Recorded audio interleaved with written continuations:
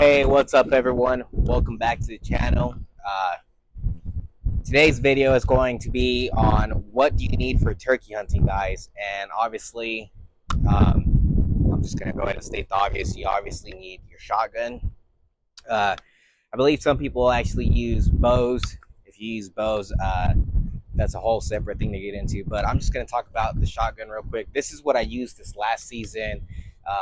This is actually my shotgun that I harvested my turkey with not a couple weeks ago. Turkey season has already ended here in West Texas, but I wanted to kind of show you guys um, what you need to just kind of get started with the basics. So this here is a Stoger P3500, and this here is the 12 gauge. This was actually made by Stoger specifically with turkey in mind. If you look carefully on the side, it actually says Stoger Turkey on the side of it. But this 12 gauge takes any shell anywhere between 2 and 3/4 inches all the way up to 3.5 inch shells. So pretty much you can pick a wide variety.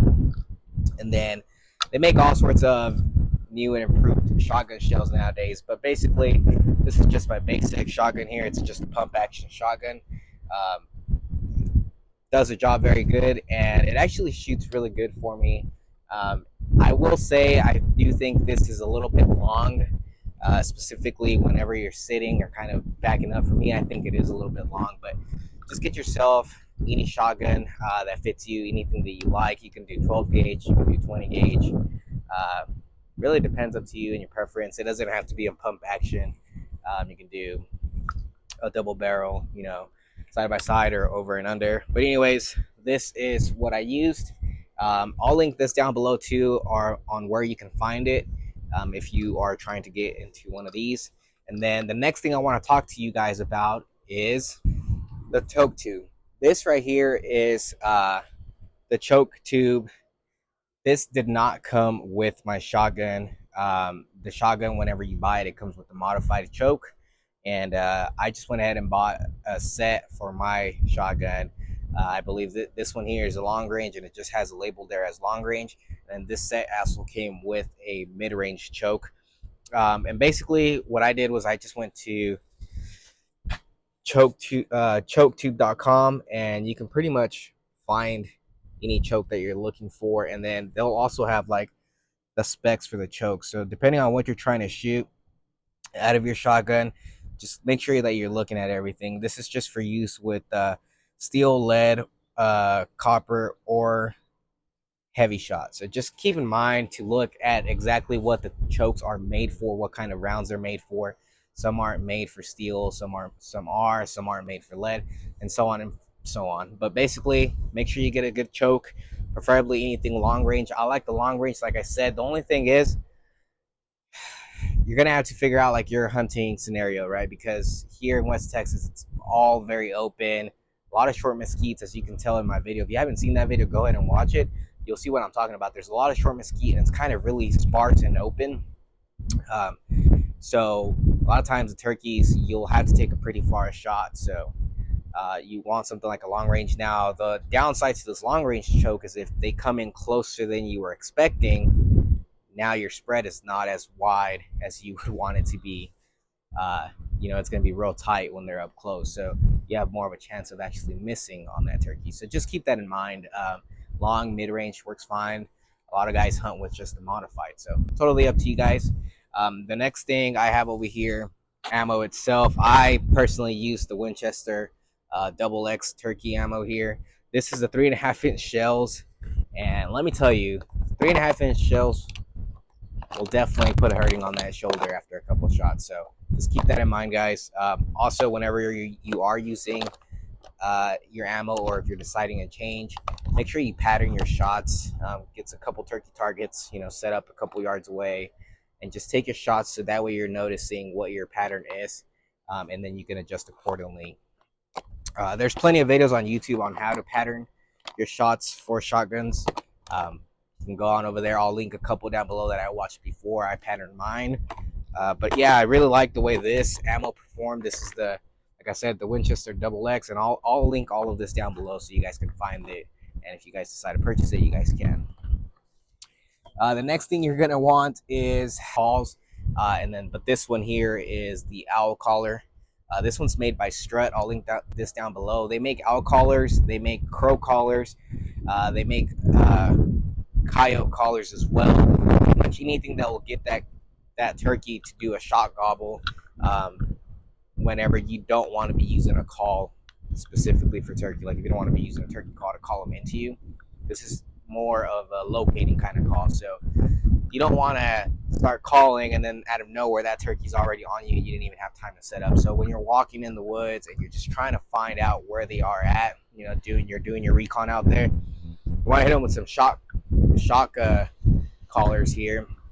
Like I said, you can do an owl, you can do a crow, you can do a coyote, you can do all three. Personally, I like the owl collar in the mornings, and then late in the evenings to try to figure out where they're roosting. And then I'll use like the crow collar when it's bright and sunny outside, because like I said, turkeys can be pretty smart at times. Basically, I try to pretend like I am the animal that I'm using to try to get a shot gobble out of a turkey. Like I said, if I'm pretending to be an owl, I'm gonna be up at night or in the late evenings, and then super early in the mornings. If I'm a crow, I'm out pretty much in the middle of the dang day. And if I'm a coyote, kind of middle day out towards evening and nighttime. But you can just choose whatever call that you want. And they're fairly simple to use, guys. Just learn them and practice with them, and you guys will definitely be able to locate turkeys. So use this when you're out and about trying to find them. You'll hit it. If you get a shot gobble, you hear them gobble, then you kind of get an idea of where they are, and kind of, if you've spent a lot of time out in the woods, you'll kind of be able to estimate how far that turkey is from you. And then you can best decide on how to make a move on them, set up, and then start using your calls. Basically, for your calls, what you're going to want to do is you can go a couple different ways. A lot of people like to use the mouth diaphragm calls. I cannot call with this to save my life. I have a couple, and I practice it all the dang time, trying to get better with it. But I use what you call a slate call, and they make these out of different materials: slate, glass, copper, aluminum, all sorts of things. And they also make different kinds of strikers with different wood itself, which will imitate different tones. But I just picked up this slate call at actually one of the hunting and fishing expos down in Oklahoma. And this is made by Obie's Calls, but there's plenty on the market, guys. I will link this guy's website on there just because I love this pot collar, and this is what I used. This is what worked for me, and this is what actually made me be able to harvest that turkey a couple weeks ago here, right before the season ended. So I'm a big fan of these. Pros and cons: a little bit harder to learn how to use. Like I said, it takes time, so practice. You got all year to practice. Just go buy one at the store. They're pretty cheap.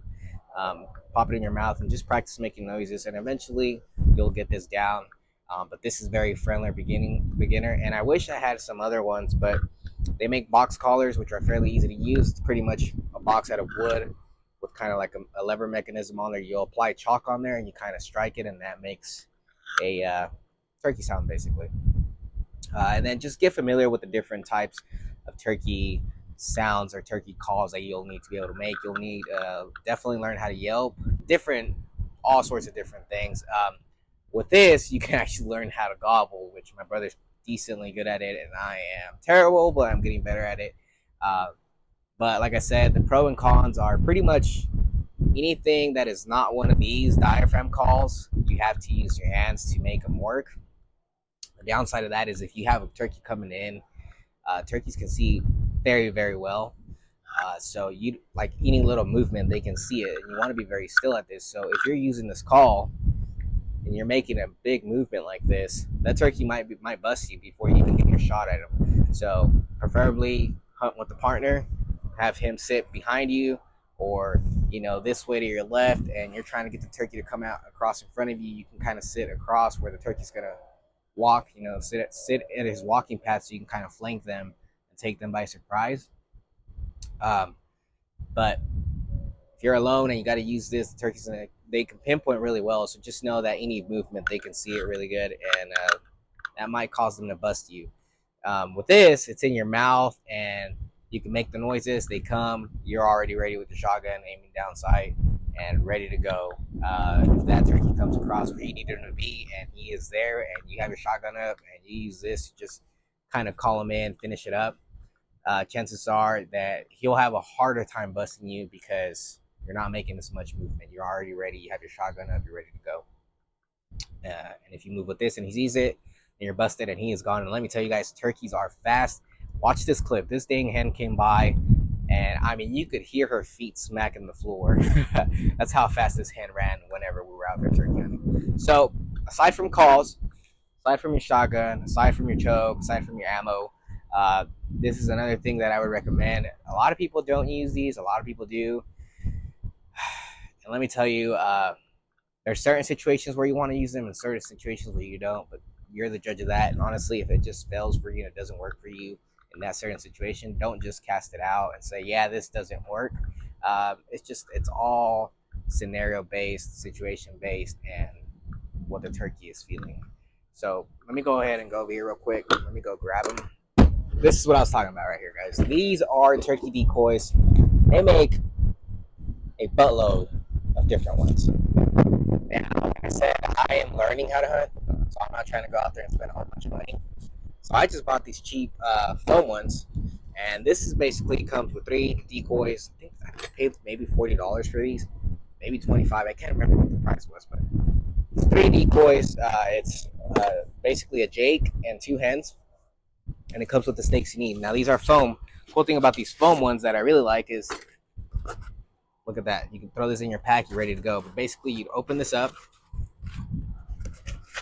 Now, this is kind of where they do lack, as opposed to the 3D ones or the hard shell ones, is they're easy to carry because they fold down. But sometimes when you unfold them, especially when they're brand new, their tails will be kicked off the crease. So you have to just kind of lay them out, let them, open them up and let them lose that folded up shape, basically. So you want to pop them open as far as you can.